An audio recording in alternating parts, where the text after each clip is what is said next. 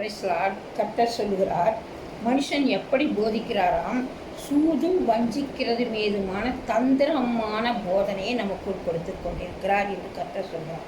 மனுஷர்கள் நமக்கு கொடுக்கும் வார்த்தைகள் உண்மையிலேயே எப்படி இருக்கிறது என்பதை ஆராய்ந்து பார்க்க வேண்டும். அந்த சூதும் வஞ்சிக்கிறது மீதுமான தந்திரமுள்ள போதகத்தை நாம் அறிந்து கொள்ள வேண்டும். அவர்கள் எதற்காக போதிக்கிறார்கள் என்பதை அறிந்து கொள்ள வேண்டும் என்று காத்துகிறார். அதனால் நாம் அடிபட்டு அலைகளைப் போல அடிபட்டு அலைகளவர்களாய் இல்லாதபடிக்கு நாம் எப்படி இருக்க வேண்டுமாம், நல்ல ஞானவான்களாய் புத்தியுள்ள பிள்ளைகளாய் இருந்து மனுஷனுடைய போதகம் எப்படி இருக்கிறது என்று கண்டுபிடித்து அதற்கேற்றபடி நடந்து கொள்ள வேண்டும்.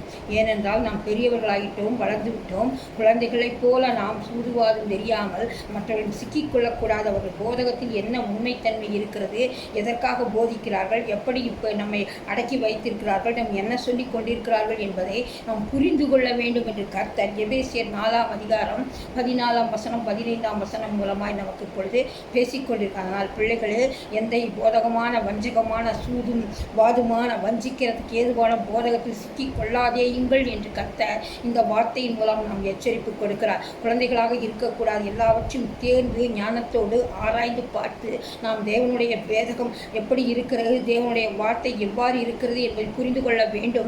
அப்படி நடந்தோமானால் தான் நம்முடைய வாழ்க்கை சீரும் சிறப்புமாய் சமாதானமாய் ஆசீர்வாதமாய் இருக்கும் பிள்ளைகளே. அதனால் அதற்கேற்ற பிள்ளைகளாக ஞானத்தை நம் தேவனிடத்தில் பெற்றுக்கொள்வோம். கர்த்தராகிய தேவனே, நாங்கள் எந்த இடத்திலும் போதகத்தினால் வஞ்சிக்கப்படாதபடிக்கு தேவன் எங்களுக்கு ஞானத்தை கொடுத்து ஆராய்ந்து அறிந்து அந்த மனுஷனுடைய போதகத்தில் சிக்கிக் கொள்ளாதபடிக்கு தேவன் எங்களை காப்பாற்ற எங்களை ஒப்பு கொடுத்து ஜெபிக்கிறோம்.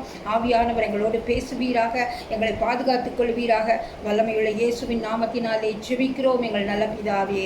ஆமேன், ஆமேன்.